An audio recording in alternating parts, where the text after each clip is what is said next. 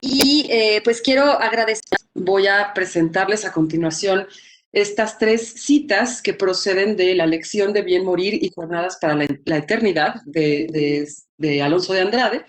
Y voy a también recalcar con negritas, como lo pueden ver aquí, las partes que se componen o que se constituyen, mejor dicho, como estos recursos argumentales frecuentes, y lo voy a reiterar a lo largo de mi presentación, respecto de la importancia de conocer la ciencia de ciencias, que es la ciencia de la muerte, respecto de la inevitabilidad del negocio de la salvación, es decir, todos debemos eventualmente ocuparnos del negocio de nuestra salvación y sobre todo lo que hemos de hacer forzosamente y es ejercitarnos en esta ciencia de la muerte a lo largo de la vida.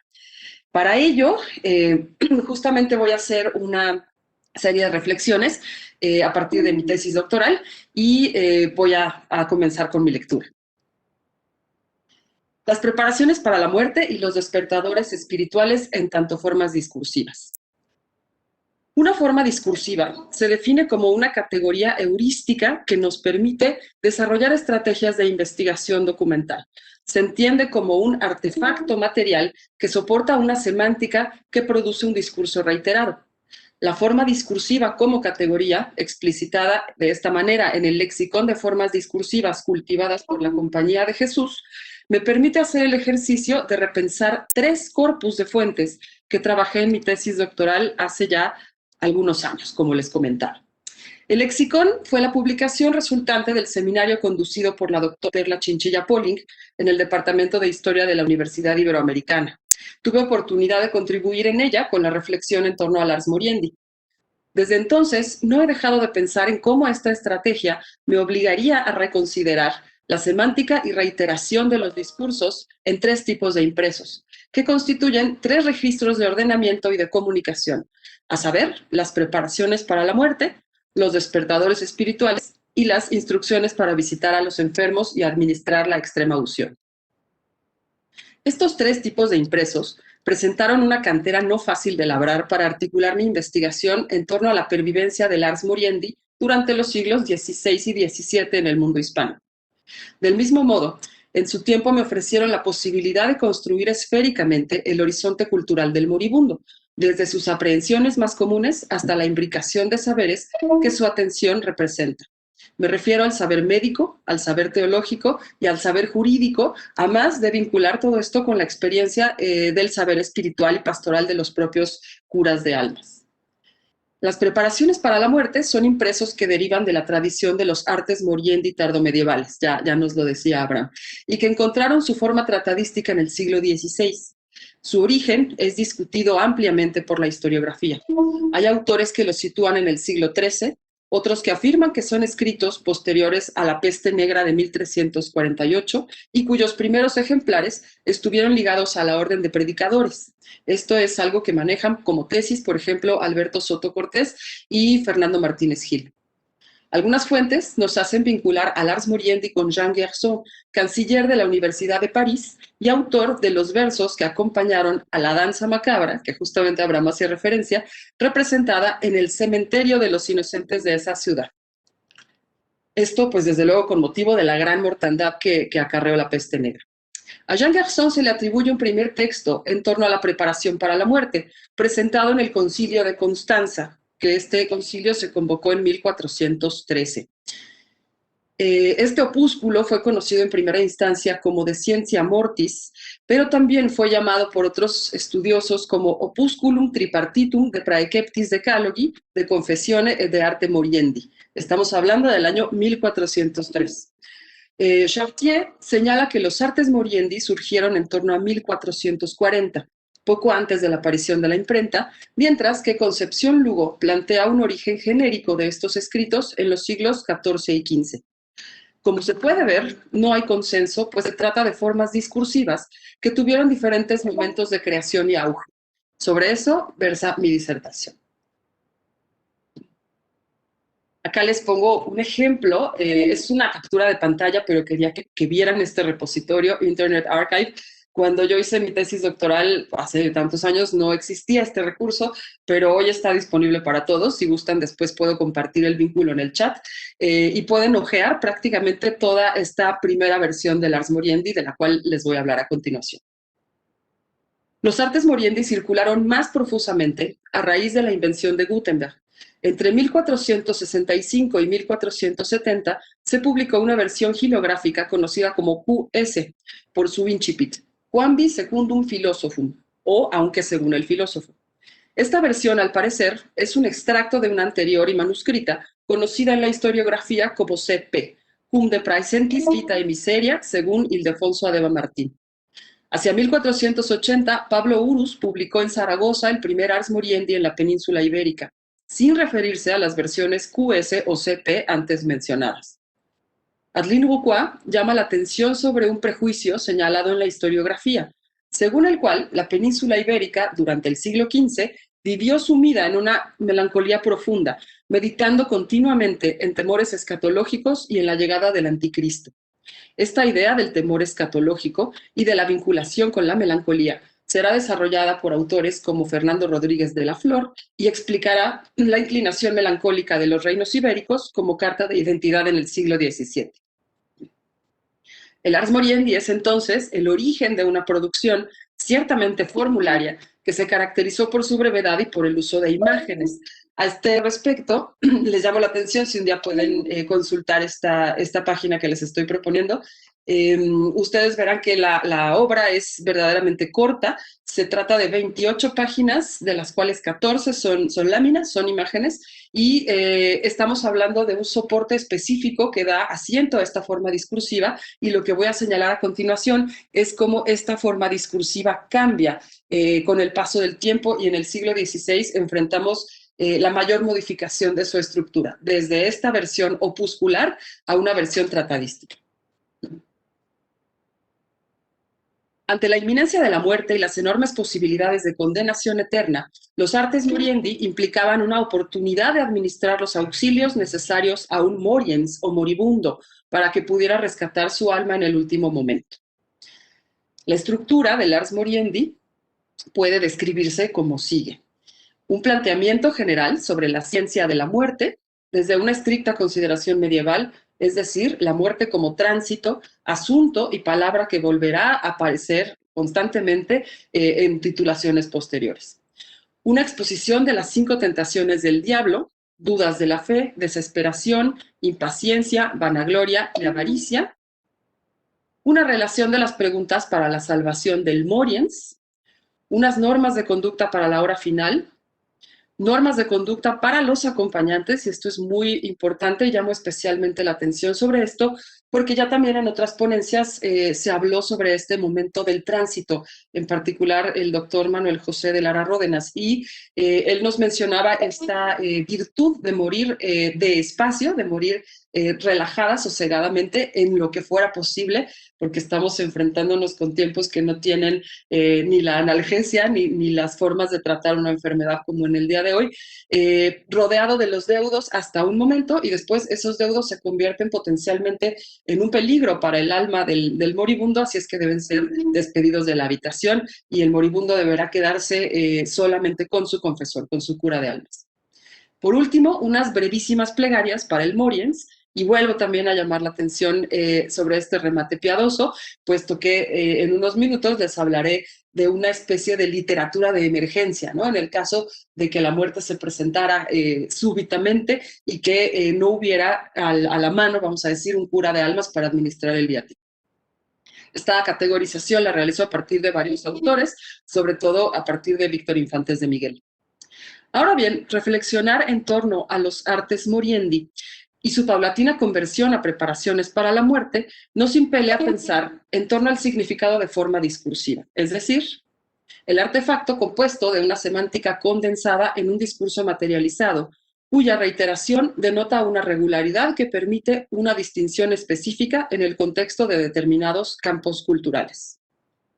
Con esto traigo implicaciones diversas que se relacionan con el camino recorrido por un corpus con ciertas características y derivado al cabo del tiempo en otro igualmente sólido, pero que responde a otras necesidades y por ende a otra estructura.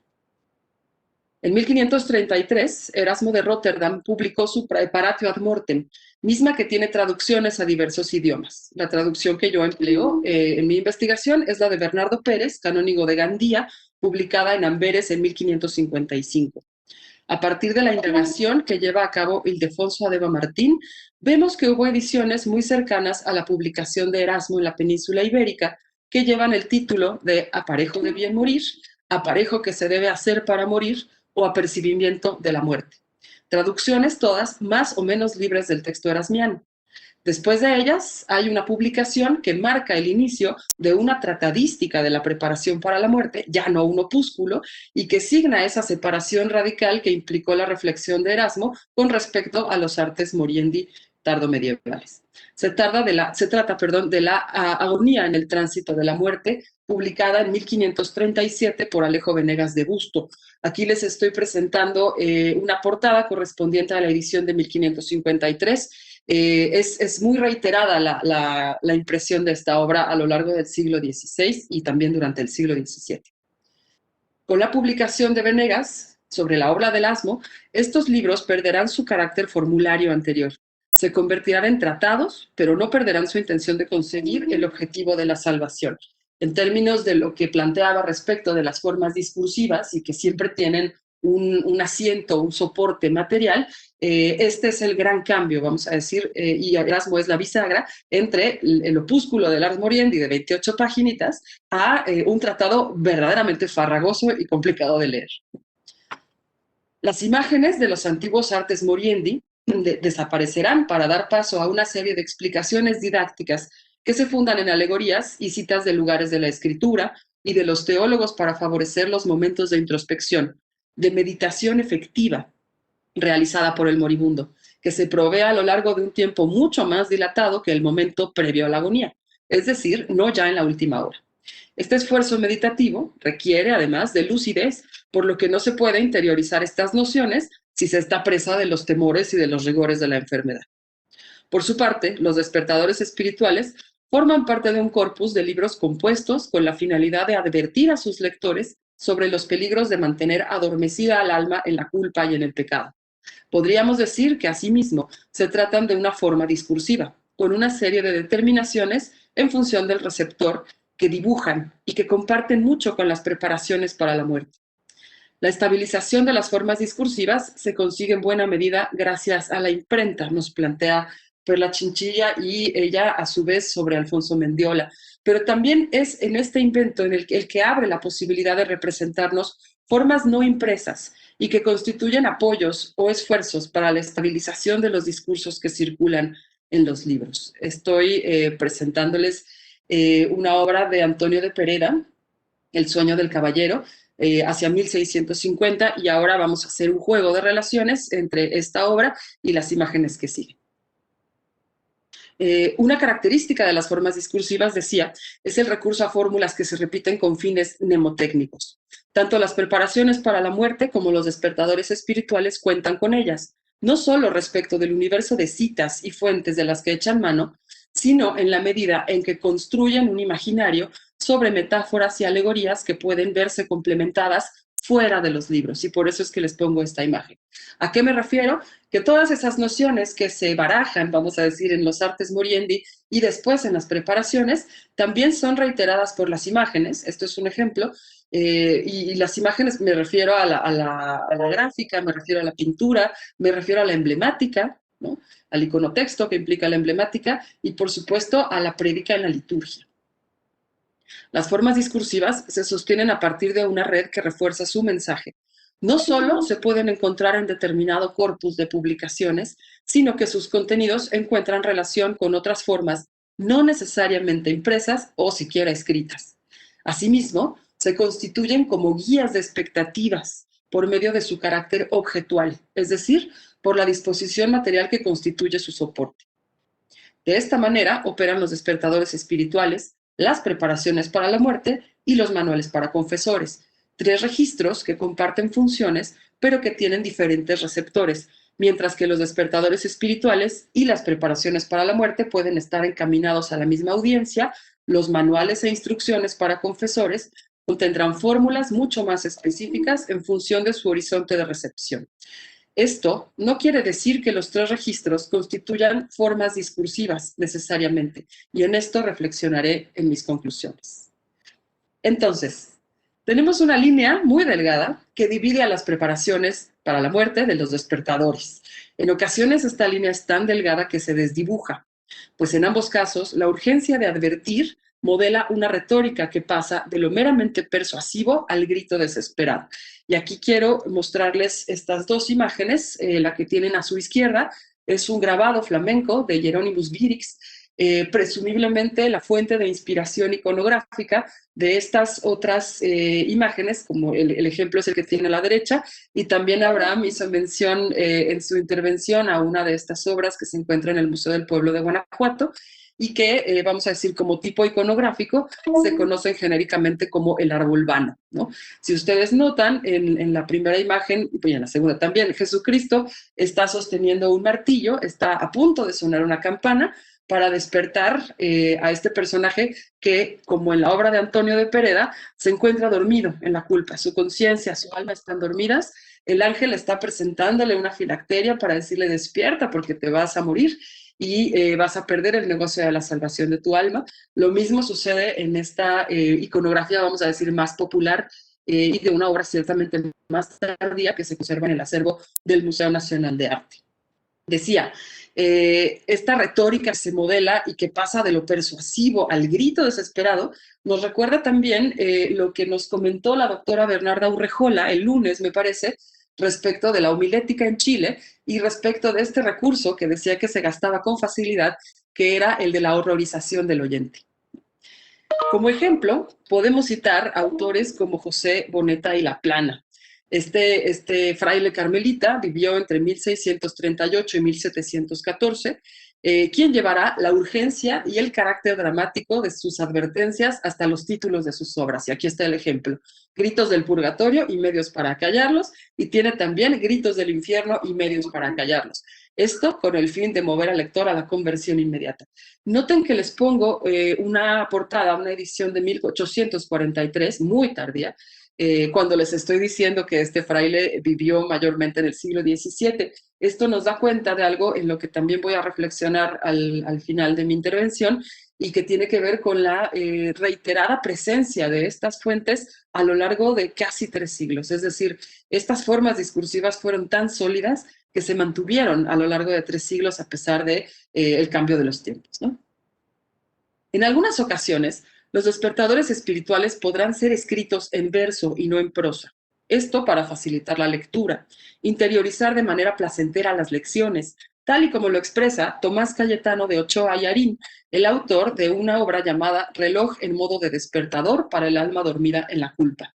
Ochoa dice, pues la dulzura y consonancia del metro introducirá en nuestros corazones el manjar más apreciable y dulce del desengaño. Otro ejemplo que recurre a la misma estrategia es El despertador del alma al sueño de la vida, de Juana Josefa Meneses, publicado en 1695, originalmente en portugués. La estrategia de autores como el de El reloj en modo de despertador, me refiero a Tomás Cayetano de Ochoa y Arín, es valerse de ejercicios de construcción cooperativa del sentido por parte del lector. Y aquí hay un ejemplo. El cuerpo de la obra está concebido en forma de meditaciones para las 12 horas del día. Cada meditación, compuesta en décimas, implica completar el último verso. Como lo pueden ver, hay una línea punteada al final, y les presento el ejemplo de la séptima meditación. Dice: 7. Los vicios atroces son capitales, que a el alma dejándola en triste calma, naufraga en mares feroces. Si este infortunio conoces, que a tu ser mismo acomete, húyele, y el que promete, bien tu Dios sin precipicios, coge pues para esos vicios, ya te da virtudes 7. Más que a una estructura argumentativa propia de la tradición escolástica y de la retórica, Ochoa apela a cuestiones dogmáticas en sus versos. La primera meditación está dirigida a la inefabilidad del misterio de la Santísima Trinidad. La segunda, a la naturaleza de la segunda persona de la Trinidad. La tercera se refiere a cómo la Trinidad permitió que el alma, a pesar de la falibilidad humana, continuara siendo inmortal, así como a la posibilidad de redención a partir del sacrificio de Cristo. Ante la pérdida de la gracia por el pecado, La única posibilidad es la recurrencia a los sacramentos, y esto principalmente a los sacramentos de muertos, es decir, la penitencia y la comunión, para renovar el pacto y la salud del alma. La cuarta hora estará dedicada a las postrimerías, la quinta a los 5 sentidos, la sexta se refiere a las 6 alas de los serafines, la séptima, como ya lo vimos, se refiere a los pecados capitales como recursos a vencer a partir de las virtudes. La octava se refiere a las 8 bienaventuranzas, la novena a los 9 coros angélicos, la décima está dedicada a los mandamientos, la 11ª a los 11 cielos, que según San Agustín fueron creados por Dios, y la última se refiere a los 12 frutos del Espíritu Santo que reserva a los que han velado por su alma y hecho oración. En este sentido, se concibe que el trabajo espiritual sistemático siempre será bien recompensado, como en la parábola de las vírgenes prudentes, que se consigna en Mateo 25, versículos del 1 al 13. Para no transcribirles aquí la parábola, prefiero contársela, seguramente muchos la conocen. Tiene que ver con la advertencia a vírgenes que están esperando la llegada del amado, la llegada del esposo. Tienen que enfrentar la noche, así es que se les dice que sean prudentes y se aperciban de aceite extra para poder esperar en vela y no perderse la visita del esposo. Algunas vírgenes no toman esta precaución, se les acaba el aceite de sus lámparas y quedan en penumbra, quedan en la tenebra y entonces no pueden estar listas para el encuentro con el amado, ¿no? Antes de pasar a lo siguiente, quisiera mostrarles este juego de imágenes porque esto también me permite ejemplificar lo que les decía sobre el refuerzo que diferentes formas discursivas ejercen entre sí, o que esta red de formas discursivas teje para tener, digamos, una mejor comunicación de los contenidos. Yo les hablaba de la obra de Tomás Cayetano de Ochoa Yarín, que se llama Reloj en modo de despertador. Ahí está la referencia, digamos, a la urgencia del paso del tiempo para el alma dormida en la culpa. Les presento del lado izquierdo una imagen grabada por Silverio, así aparece Silverio, y esta imagen de 1761 dio pábulo a esta otra que aparece en su lado derecho de la pantalla y que, como muchos de ustedes sabrán, forma parte de una de las hojas del Políptico de la Muerte o Políptico de Tepoztlán. Lo que vemos son las 3 parcas, Cratolaquesis y Atropos, manipulando esta intrincada maquinaria de un reloj. Ahí están los pesos. Una de las parcas lleva en una de sus manos una vela a punto de extinguirse y la otra está como Cristo en los grabados del árbol vano o en las imágenes del árbol vano, a punto de darle un martillazo a una campana para despertar al pecador. Quizá demasiado tarde, ¿no? Ahora bien, los manuales para visitar enfermos y administrar los sacramentos de la penitencia y la extrema unción comparten varias características con las preparaciones para la muerte y con los despertadores espirituales. Me refiero, por ejemplo, a la serie de preguntas conducentes a la afirmación de la fe en el moribundo, sobre todo si las ediciones que se empleaban como apoyo eran derivadas de la primera versión tipográfica del Ars Moriendi. Tanto los artes moriendi como las preparaciones y los manuales contenían capítulos relativos a las interrogaciones e interposiciones de San Anselmo, a las instrucciones que debe recibir el agonista y a las oraciones que debe rezar para encomendar y confortar su alma antes del tránsito. Recordemos, por ejemplo, que el propio Erasmo equiparaba a la muerte, al tránsito, con un parto, es decir, un parto a la verdadera vida. Sin embargo, estas angustias producidas por el paso por la estrechez del canal de parto, es justamente lo que hemos de atacar a partir de la oración y a partir de la encomienda. La virtud que más se elogia es la paciencia, frente al sufrimiento de la enfermedad y frente al temor. Asimismo, se incluyen recomendaciones para quienes acompañan al moribundo, así como el énfasis en la devoción al rezo del Padre Nuestro, que debería hacerse en forma vocal, de preferencia de 3 a 5 veces. Ejemplos de estas publicaciones son las prácticas de visitar a los enfermos y ayudar a bien morir, de Baltasar Bosch de Centellas. Otra, por ejemplo, es El sacerdote preparado para asistir a los moribundos, de Alfonso María de Ligorio, que es el fundador de los Padres Redentoristas. Y aquí les pongo, bueno, otros 2 ejemplos. El que está a su derecha también lo visité con regularidad y es el de Antonio Arbiol. Jean Crassé, en La Dulce y Santa Muerte, incluirá una serie de avisos de muerte cercana que funcionan como apercibimiento para el confesor. Estos signos son eminentemente físicos. cuando tienta las sábanas, cuando el moribundo respira entrecortadamente, cuando tiene color cárdeno o cuando saca los pies fuera de la cama. Aquí tienen los ejemplos, ¿no? En enfermedades específicas como el dolor de costado, las tercianas, las calenturas agudas, la herida de cabeza, ¿no? Si el enfermo, por ejemplo, duerme con los ojos entreabiertos, aquí dice señal de que presto morirá. Si el cutis está duro, extendido y árido, el color verdinegro, aplomado, cárdeno, especialmente si esas señales se ven en el tercer día, ¿no? Vean cómo todas estas disposiciones, estos signos físicos, están formando parte de un libro espiritual, de una preparación espiritual, pero que también son de mucha utilidad para quienes acompañan al moribundo, de manera que sepan reconocer las señales de la muerte cada vez más cerca. No obstante, no solamente se contentará con dar estos signos físicos o con dar estas recomendaciones desde el punto de vista médico, sino se conformará mucho más cuando dé recomendaciones desde el punto de vista jurídico. No les pongo aquí los ejemplos para no alargar esto más, pero tiene varias definiciones, ¿no? Sobre el testamento, qué es una albacea, por qué se debe testar, etcétera. Todas estas provisiones, previsiones también, que deben ayudar al moribundo a encomendar su alma, desafanarse de los negocios temporales y poderse dedicar completamente al negocio de la salvación. Retomo mi lectura. Estos signos físicos encuentran una continuidad con los artes moriendi previos al siglo XVI. Pese a que no se describieran textualmente, las imágenes que incluían estas publicaciones, estoy por mostrarles una serie de láminas que representan las 5 tentaciones diabólicas en la versión QS, es decir, el primer Ars Moriendi, el de 1465. Estas publicaciones dan cuenta de lo anterior, una relación entre las tentaciones, como la desesperación, por ejemplo, y las manifestaciones físicas de los sentimientos de los que el moribundo era presa. Es de este modo que podemos afirmar que los 3 registros de fuentes, preparaciones, despertadores y manuales funcionaban interactivamente para reforzar sus discursos, desde el Ars Moriendi como forma discursiva de pleno derecho hasta los 3 registros desarrollados a partir del siglo XVI. Las recomendaciones para los confesores encuentran una continuidad directa con el apercibimiento sobre las 5 tentaciones diabólicas que componían el cuerpo de las artes Moriendi.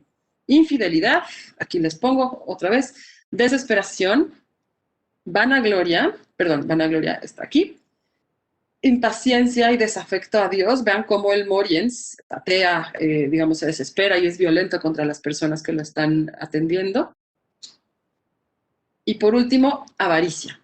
Esta última muy parecida en imagen a las tentaciones de Cristo por el diablo cuando permanece 40 días en el desierto, y me remito en concreto a la representación de Giotto, por ejemplo. Estas tentaciones serán una peculiaridad del género tardomedieval, pero también, y lo más importante, serán el eslabón que lo conecte con sus derivaciones posteriores, es decir, que vincule los 3 registros discursivos de los que ya hablé al inicio de mi intervención. Ahora voy a hablar de algo muy importante, la asequibilidad de la experiencia.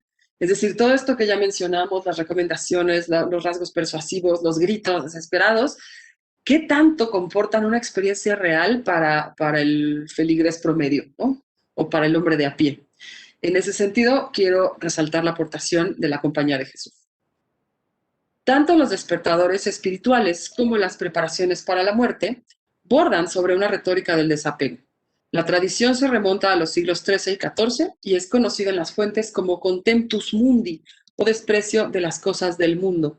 Esta tradición se solidificó con la popularización de la Imitatio Christi de Tomás a Kempis o Tomás de Kempis, quien abonó a la concepción de una espiritualidad más introspectiva, más reflexiva, más autoconsciente. En la tradición de Kempis, estoy hablando del siglo XIV, la meditación crística y particularmente pasional se convertirá en el eje de toda reflexión sobre las propias acciones. Al margen de la plegaria tutelada y colectiva que tiene lugar en el templo, la invitación que hace Kempis y posteriormente Erasmo y diversos autores se centrará en el ejercicio cotidiano del desapego. A raíz de la publicación de los ejercicios espirituales de San Ignacio de Loyola en 1548, en la coyuntura de la Contrarreforma y durante la celebración del Concilio de Trento, se realizarán diversos esfuerzos por llevar a un plano sistemático y con logros asequibles esta tarea de preparación. Melchor Cano, orden de predicadores, lo intentará con un tratado publicado hacia 1550, conocido como de la victoria de sí mismo. Cano aquí aparece en su lado izquierdo. Cano concibe su tratado como una propuesta para embatir los vicios a partir de una serie de recomendaciones, mas no construye propiamente un método, a diferencia de San Ignacio. Cano refiere al ejercicio corporal y lo emplea constantemente como metáfora para dar consistencia a la batalla espiritual. Los vicios son representados como llagas. Ya Abraham nos hacía también referencias a ello. Y no todos hacen la misma mella en distintos temperamentos, siguiendo la teoría hipocrática. Es decir, Hipócrates decía, no todos los agentes que atacan al cuerpo lo atacan de la misma manera, tratándose de diferentes cuerpos, como no todos los vicios o no todas las llagas atacan de la misma forma a las almas. Cano aconseja la práctica continua de los remedios y hace hincapié en que la victoria nunca está garantizada, pues el alma puede perderse y desvariar de un momento a otro. A juicio de José Gaos, el genio de los ejercicios espirituales de Ignacio de Loyola consiste en que se trata de una guía para ejercitarse en la meditación bajo la dirección de alguien que se encuentra bien capacitado para esta tarea. Ignacio ordena las meditaciones a lo largo del día, plantea temas para las mismas, proporciona ejemplos y no solo metáforas, y discute la sustancia de cada lección a partir de un coloquio. Hay que tener en cuenta que, como lo expone Juan Beltaplans, el siglo XVI será testigo de diversas pugnas entre concepciones de la espiritualidad cristiana. Por un lado, entre una facción de partidarios de la espiritualidad tradicional, que daba preponderancia a las manifestaciones excesivas y a las ceremonias exteriores, a la oración vocal, así como al rechazo de la lengua vernácula para el cultivo de la teología. La perfección de esta espiritualidad era prácticamente inasequible para quienes no hubieran tomado el estado religioso. Otra concepción será más novedosa, más terrenal, y estará a favor de una espiritualidad más afectiva. Le dará importancia a la búsqueda de la unión personal e inmediata con Dios. Esta es la beta ignaciana, a la oración mental, a la meditación, y defenderá posturas más abiertas respecto de la perfección asequible para los fieles laicos, que se dirigirán a su Creador en su propia lengua y en su propia habitación. La salvación es una meta que se logra a partir de un dilatado proceso. Esto encuentra asiento en el fragmento de Romanos 13, versículos 11 al 12, que aquí les pongo, en donde dice: en todo esto tengan en cuenta el tiempo en que vivimos y sepan que ya es hora de despertarnos del sueño, porque nuestra salvación está más cerca ahora que al principio, cuando creímos el mensaje. La noche va muy avanzada y se acerca el día. Por eso dejemos de hacer las cosas propias de la oscuridad y revistámonos de la luz como un soldado se reviste de su armadura. Los recursos de estos primeros despertadores son de índole estrictamente argumentativa. Si bien la beta ignaciana no satura a su lector con referencias bíblicas y teológicas, como pudieron haberlo hecho otros, se extrae cuidadosamente la médula que compondrá cada meditación y se encaminarán estas a la autoconciencia del pecado. La efectividad de los ejercicios y del método ignaciano, en general, se funda en la sistematización de la práctica, pero también en la consideración de la constante memoria de la muerte. Esta alienta al ejercitante de manera continua. De este modo, el método imaginativo construido por Ignacio se advertirá en preparaciones para la muerte posteriores, en las que se recomendaba al ejercitante, por ejemplo, tenderse en el suelo de su habitación todos los días antes de dormir e imaginar con las manos cruzadas sobre el pecho que en ese momento su alma dejaría el cuerpo. ¿Qué haría? ¿Qué temores se enfrentaría? ¿Estaría tranquilo con lo alcanzado durante su vida? Alonso de Andrade, de la Compañía de Jesús, por ejemplo, insta al ejercitante a componer la escena de su cuerpo siendo enterrado, cubierto de lodos, de la lápida y siendo hollado por los transeúntes. En esto ha de parar tu cuerpo. Siéntate un poco de espacio y aprende tú de ti mismo. Abre los ojos con atención y mira lo que te enseña este nuevo maestro desde la cátedra del sepulcro. La misma recomendación aparecerá en la obra de Giovanni Pietro Pinamonti, Breves Meditaciones sobre los Cuatro Novísimos, así como en muchas otras preparaciones debidas a hermanos o padres de la Compañía de Jesús.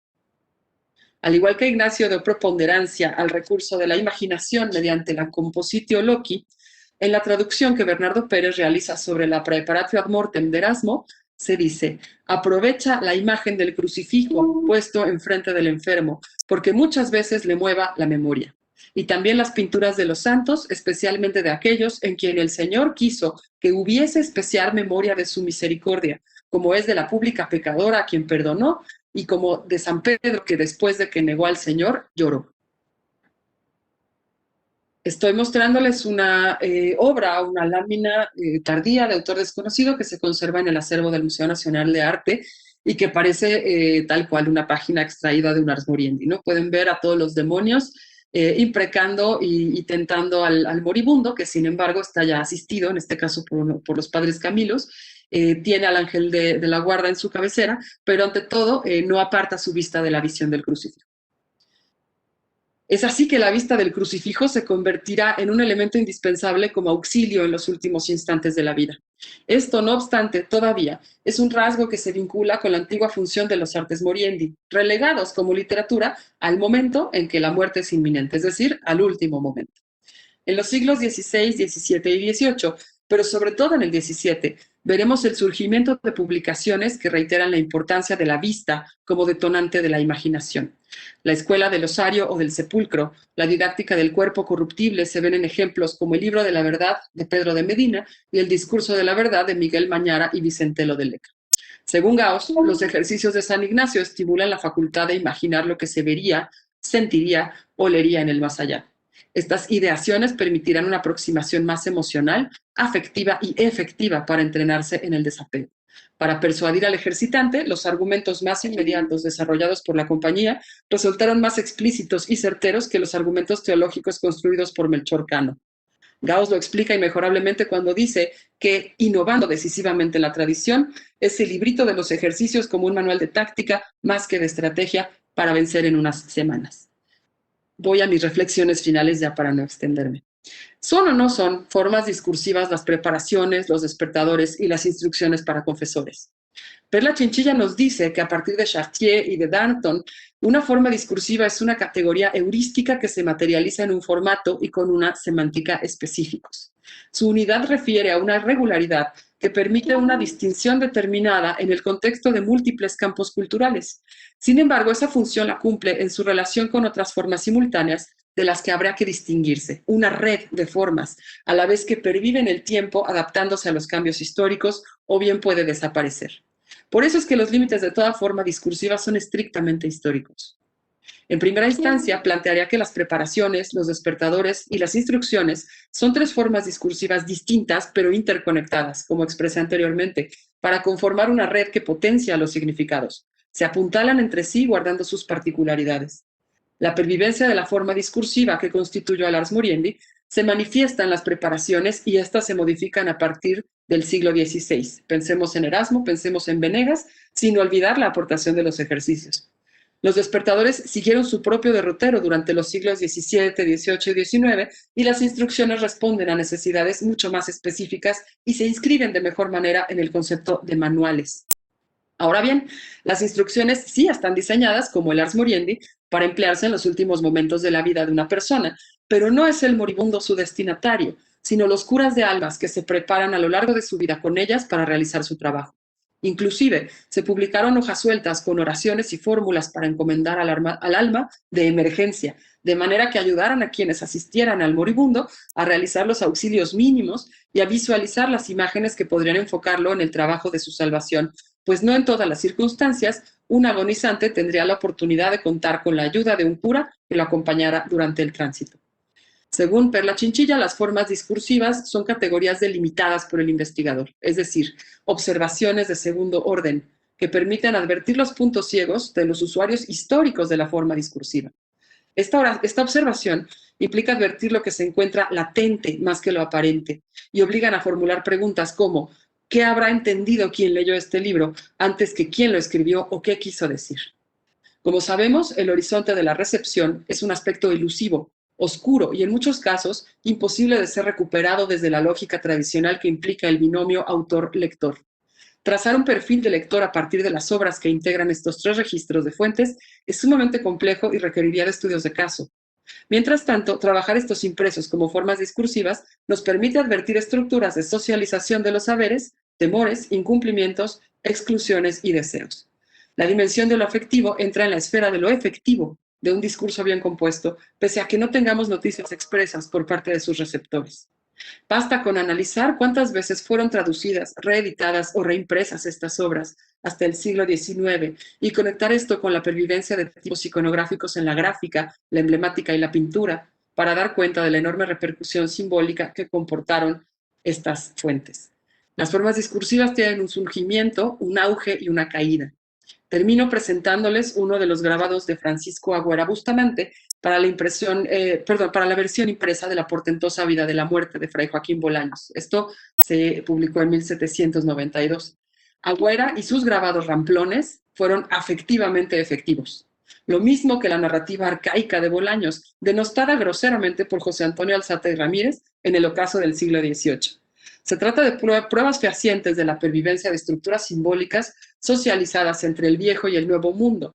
Se tiende claramente un puente entre el Quam Secundum, publicado en 1465, previo al descubrimiento de América, hasta las aspiraciones de salvación de feligreses mexicanos, quienes en el siglo XIX estudiaban cómo vivir para bien morir, con las obras de Crasset o de Pietro Pinamonti, por citar algunos. Muchas gracias por su atención. Yo hasta aquí me quedo.